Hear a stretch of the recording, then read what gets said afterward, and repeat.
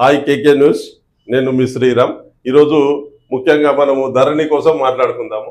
ధరణి అంటే ఏంది, అసలు ధరణి పెట్టడం ఎందుకు పెట్టారు, ధరణి ఎందుకు పెట్టారు, ధరణి తోటి మనకున్న లాభాలేంటి, నష్టాలేంటి, దానికోసం మనం ఈరోజు మాట్లాడుకుందాము. ధరణి అనేది రైతులకు ఏదో ఉపయోగపడుతుంది, కొన్న ల్యాండ్ కొన్న వాళ్ళకి ఏదో ఉపయోగపడుతుంది అని అనుకున్నారు.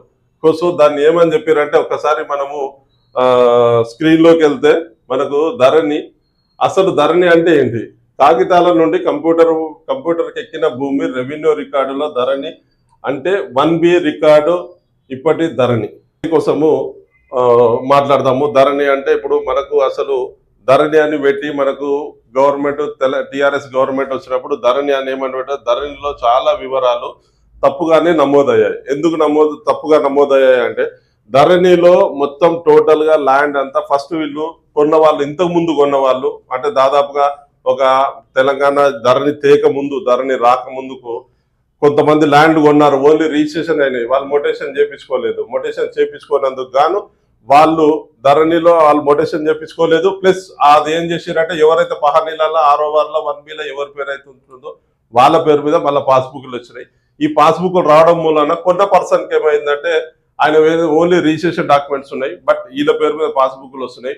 గవర్నమెంట్ ఏం చేసిందంటే, ఎవరి పేరు మీద అయితే పాస్బుక్లు ఉంటున్నాయో వాళ్ళకే రైతు బంధు చేస్తుంది. సో పాస్బుక్లు ఇచ్చింది, అది దాని మీద ఆ పేపర్ వైజ్ గా టోటల్ గా ఆ అమ్మిన వాళ్ళే అనుభవిస్తున్నారు. కొన్నవాడు మాత్రం ఈరోజు పోలీస్ స్టేషన్ చుట్టూ, కోర్టు చుట్టూ తిరుగుతున్నారు. ఈ ధరణి మూలన ముఖ్యంగా ఇది పెద్ద సమస్యగా అయిపోయింది. ఈ రోజు మనం కోర్టులో చూసుకున్నట్టయితే ఆల్మోస్ట్ ఆల్ మొత్తం ధరణిలా మేము ఆల్రెడీ రిజిస్ట్రేషన్ చేసుకున్నాము, మేము మొటేషన్ చేసుకున్నందుకు గాను వాళ్ళ పేరు మీద పాస్బుక్లు వచ్చినాయి. వాళ్ళు రైతులు ఏమంటారు అంటే, మా పేరు మీద పాస్బుక్లు వచ్చినాయి, ఈ ల్యాండ్ మాదే, మీకు అమ్మింది మాకు సంబంధం లేదని చెప్పేసి కోర్టుకు పోతున్నాయి. ఆల్మోస్ట్ ఆల్ కోర్టులో మాత్రం కోర్టుకు వచ్చే కేసులన్నీ ఆల్మోస్ట్ ఆల్ ఇవి అవుతున్నాయి. ధరణి తోటి ఇది ఒక పెద్ద సమస్య అయిపోయింది. దీని మూలాన రైతులు ప్లస్ అమ్మినోళ్ళు కొన్న వాళ్ళు ఇద్దరు ఇట్లా టోటల్ గా మనం కోర్టుల చుట్టే తిరుగుతున్నారు. కాబట్టి ధరణిలో ఇది ఫస్ట్, ఇంతకు ముందు రికార్డు ఎవరైతే రిజిస్ట్రేషన్ చేసుకున్నారో, రికార్డు చేసుకున్న తర్వాత వాళ్ళు ఒకవేళ మొటేషన్ కాలేదు, రికార్డు డాక్యుమెంట్స్ అంటే రిజిస్ట్రేషన్ చేసిన డాక్యుమెంట్స్ తీసుకొని ఆ డాక్యుమెంట్ పరిధిలో తీసుకొని వాళ్ళతోటి మొటేషన్ చేపించి వాళ్ళని ధరణిలోకి ఎక్కించుంటే ఈరోజు ఇంత పెద్ద సమస్య వచ్చేది కాకపోతుండే. వాళ్ళని తీసుకోలేదు, ఎవరి పేరు మీద అయితే హానీలలో ఉన్నారో వాళ్ళనే డైరెక్ట్ గా ధరణిలోకి తీసుకున్నారు, ధరణిలో పాస్బుక్లు ఇచ్చారు, ధరణిలో రైతు బంధు ఇస్తున్నారు, అన్ని ఇస్తున్నారు. మరి కొన్నవాడు ఎక్కడ పోవాలి? ఈరోజు ఒక అతనికి డబ్బులు వచ్చినాయో, ఏదో ఒక విఆర్ఎస్ పెట్టుకోనో, లేకుంటే ఏదైనా డబ్బులు వచ్చినాయో, లేకుంటే ఏదైనా జాగా అమ్ముకుంటానో ఆయన వచ్చి ఒక ల్యాండ్ కొన్నాడు, ఆ డాక్యుమెంట్స్ పెట్టుకున్నాడు, ఏ అమెరికాలోనో, ఏ ఆస్ట్రేలియానో, లేకుంటే ఏ బెంగళూరులోనో, ఏ సాఫ్ట్వేర్ గానో జాబ్ చేసుకుంటూనే ఉంటున్నాడు. కానీ ఆయన అక్కడ సాఫ్ట్వేర్ లో జాబ్ చేసుకుంటున్నాడు, ధరణిలో మాత్రం వచ్చింది. ధరణి ఏమని చెప్తుందంటే, ఇంత ముందున్న టిఆర్ఎస్ గవర్నమెంట్ ఏమని చెప్పిందంటే, ధరణిలో మీరు ఎక్కడున్నా చూసుకోవచ్చు, అమెరికాలో ఉన్నా చూసుకోవచ్చు, ఆస్ట్రేలియాలో ఉన్నా చూసుకోవచ్చు, మీరు ఎక్కడున్న ప్రపంచంలో ఎక్కడున్నా చూసుకోవచ్చు అన్నారు. మరి చూసుకోవచ్చు అంటే ఎక్కడ చూసుకోవచ్చు? వీళ్ళు ఆల్రెడీ రిజిస్ట్రేషన్ చేసుకుని మొటేషన్ చేసుకోలేదు. మొటేషన్ చేసుకునేందుకు కాబట్టి రైతు పేరు మీద వస్తుంది. వాడు అక్కడ అమెరికా నుంచి ఇటుకొచ్చి కొట్లాడలేడు, అది మొటేషన్ చేపించుకొని పాస్బుక్లు చేయాలంటే ఒక ఎంఆర్ఓ చేయడు, ఒక ఆర్ఐ చేయడు. ఇది మా పని కాదు, ఇది ప్రొవిడెంట్ లిస్ట్ లో ఉంది, ఇది మీరు కలెక్టర్ దగ్గర నుంచి ఎన్ఓసి తేవాలి, ఇట్లా సొంటి మాటలు అని చెప్తున్నారు. ఇక్కడ ఆర్ఐ దగ్గర నుంచి మొదలు పెడితే, విఆర్ఏ దగ్గర నుంచి మొదలు పెడితే, ఆర్ఐ కావచ్చు, ఎంఆర్ఓ కావచ్చు, ఆర్డీఓ కావచ్చు, కలెక్టర్ దగ్గర కావచ్చు, వాడు ఎక్కడో అమెరికాలో ఉన్నాడు, వీళ్ళందరి దగ్గరికి ఎప్పుడు తిరగాలి? వీళ్ళు ఒకసారి డాక్యుమెంట్ తీసుకుపోయి, సార్ నేను ఇవ్వాలని 2000 ఎగ్జాంపుల్ చెప్తున్నాను, 2007లో నాకు డాక్యుమెంట్ రిజిస్ట్రేషన్ అయింది. రిజిస్ట్రేషన్ అయినప్పుడు ఏమైంది, అది నేను మొటేషన్ చేయించుకోలేదు. అప్పట్లో ఇదంతా ఏం చెప్పలేదు, ఓన్లీ నేను రిజిస్ట్రేషన్ చేసుకున్నాను, నేను వెళ్ళిపోయాను. ఈ రోజు ధరణి వచ్చింది, ధరణి వచ్చినాక వాళ్ళ పేరు మీదనే పాస్బుక్లు వస్తున్నాయి.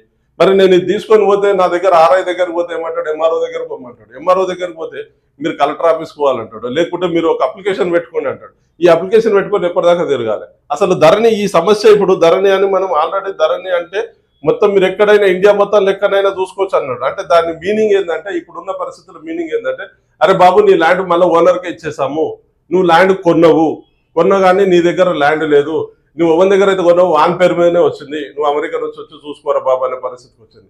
ఈరోజు దానికోసం ఎవరి దగ్గరకు పోయినా, ఒక రికార్డ్ అసిస్టెంట్ దగ్గరికి పోయినా వాళ్ళు మొత్తానికి నాకేమైనా డబ్బులు ఇస్తేనే పనిచేస్తానే స్టేజ్లో ఉన్నారు ఈ రోజులలో. అంటే ఇది గవర్నమెంట్కి మేలా, ఇక్కడ ఆఫీసర్లకు మేలు జరుగుతుందా, లేకుంటే కొన్నోడికి మేలు జరుగుతుందా? మన ధరణి రాకముందు ఎవరికైతే రిజిస్ట్రేషన్ అయిందో వాళ్ళకి మేలు జరుగుతుందా? ప్రజలలో మీరు ఇది గమనించాలి. ఇది చాలా క్రిటికల్ అయిన సమస్య. ఎందుకంటే ప్రతి ఒక్కరు నాకు 1 ఎకర పొలం ఉండాలి, నాకు ఒక 100 గజాల జాగ ఉండాలి అని అనుకొని కొనుక్కున్నది ఈరోజు. ఎవరైనా సరే సిటీలో ఉన్నోళ్ళు కానీ ఎక్కడైనా ఉన్నోళ్ళు ఉన్నారు ఏంటంటే ఎక్కడి నుంచో సంపాదించుకుంటాడు. బెంగళూరులో ఉంటాడు, అమెరికాలో ఉంటాడు, ఎన్నో ఉంటాడు. అరే నేను నా సొంత ఊరు, నా తెలంగాణ, నా హైదరాబాదు, నేను ఒక 2 ఎకరాల పొలం నాకు ఉండాలన్న ఆలోచనతోటి కొన్నారు. కొంటే ఏమైందంటే ఈ రోజు పరిస్థితి ఏంటంటే ధరణి నుంచి అటు అదేంది న్యాయశాఖ డెవలప్ అవుతుంది, ప్లస్ ఇక్కడ రెవెన్యూ డిపార్ట్మెంట్ వాళ్ళు డెవలప్ అవుతున్నారు. కానీ కొన్నవాడికి మాత్రం న్యాయం లేకుండా జరిగింది. ప్రజలలో ఇది మీరు గమనించాలి. ధరణిలో మాత్రం ఇంతకు ముందు ఎవరికైతే రిజిస్ట్రేషన్ అయిందో ఫస్ట్ ఆ డాక్యుమెంట్, రిజిస్ట్రేషన్ డాక్యుమెంట్ చూసిన తర్వాతనే ఆ డాక్యుమెంట్ అయ్యిందా లేదా అందరికి తెలుసు. ఎంఆర్ఓ తెలుసు, ఆర్డీఓ తెలుసు, కలెక్టర్ తెలుసు. ఇంకోటి ఏంటంటే మనకు రిజిస్ట్రేషన్ సర్చ్ చేసి తీస్తే తెలిసిపోతుంది.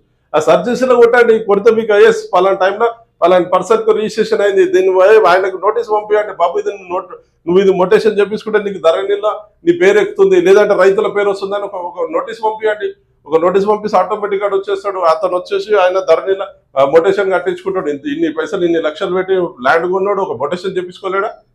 మొటేషన్ చేపించుకున్నాక ఆయన పేరు ధరణిలో పెట్టండి. ఈరోజు 100% ల్యాండ్ కొన్న వాళ్ళ పేరు మీద కాకుండా అమ్మిన వాళ్ళ పేరు మీదనే ఉంది. వాళ్ళకే రైతు బంధు పడుతుంది. ప్రజలలో మీరు గమనించండి, ఈ ధరణి తోటి లాభం కంటే నష్టమే ఎక్కువ ఉంది.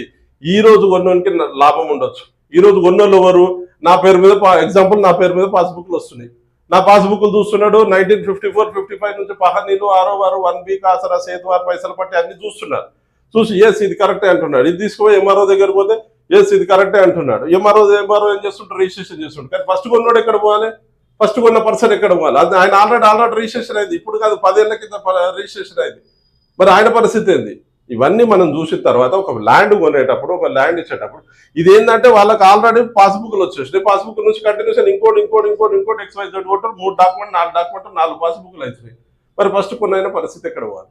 ప్రజలలో ఇది 90% మ్యాక్సిమం మాత్రం ధరణి నుంచి చాలా మందికి నష్టమే జరిగింది, కానీ న్యాయం జరిగింది ఎవరికి లేదు. ఓన్లీ ఈ ధరణి నుంచి న్యాయం జరిగింది ఎవరికంటే ఓన్లీ బడా బాబులకు, రాజకీయవేత్తలకు. వాళ్ళు వచ్చి ధరణిలో ఉన్నది, ఇది ధరణిలో ఉన్నది, ఒక పర్సన్ పేరు మీద, ఒక ఎక్స్ఆర్ఏ క్యాండిడేట్ పేరు మీద ఒక 25 ఎకరాలు ఉంది. వాళ్ళకి తెలుసు. వాళ్ళు ఏం చేస్తారంటే, కొనేవాళ్ళు ఏం చేస్తారంటే కొంచెం ఈ రియల్ ఎస్టేట్ మీద లేకుంటే ఈ ల్యాండ్ మీద అవగాహన ఉన్నాయన సర్చ్ చేసి కొడతాడు. సర్చ్ చేసి కొట్టినప్పుడు ఎవరైతే రైతు పేరు మీద వస్తారో ఆ రైతును అంటాడు, బాబు నువ్వు ఇంతకుముందు పలానా ఎక్స్ క్యాండిడేట్ అనే పర్సన్ కు నువ్వు అమ్మినవు, మరి ఇప్పుడు నువ్వు మళ్ళీ అమ్ముతున్నావు ఏందని వాడిని బెదిరించి ఏం చేస్తాడు అంటే ఆ 100 రూపాయల సొమ్ము 10 రూపాయలకో 20 రూపాయలకో కొని. ఇది మీరు మాత్రం 90% ఈ ప్రాబ్లమ్స్ జరుగుతున్నాయి. దయచేసి మీరు ఇదంతా గమనించండి. దీని మీద మీరు ఒక అవగాహన తీసుకురండి. ప్రభుత్వం మీద ఒక ఒత్తిడి తీసుకొద్దాం.